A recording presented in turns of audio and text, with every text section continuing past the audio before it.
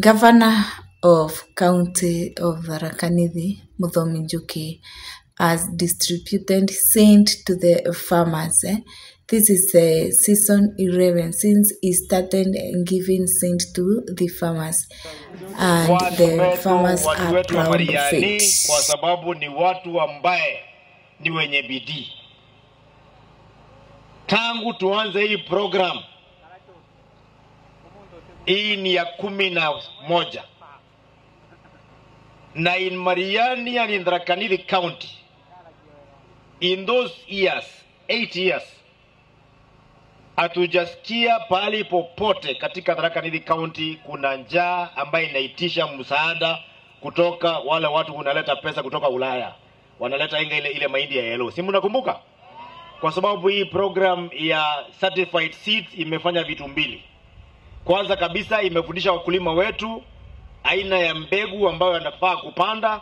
Wanapanda mbegu ambayo iko certified, alafu wanapanda on time, kwa sababu huwa tunasema pamoja, hii ni wiki ya mbegu, kila mtu aende apande wakati mvua ya kwanza imenyesha.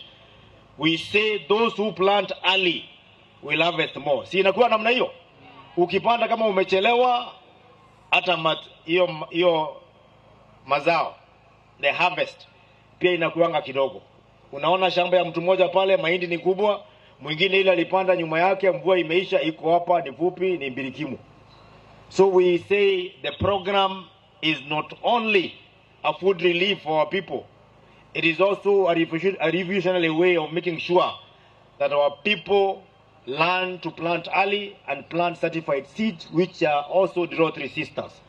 Na kuna wengine wanauliza ile unapewa moja inatosha? Hapana, haitoshi.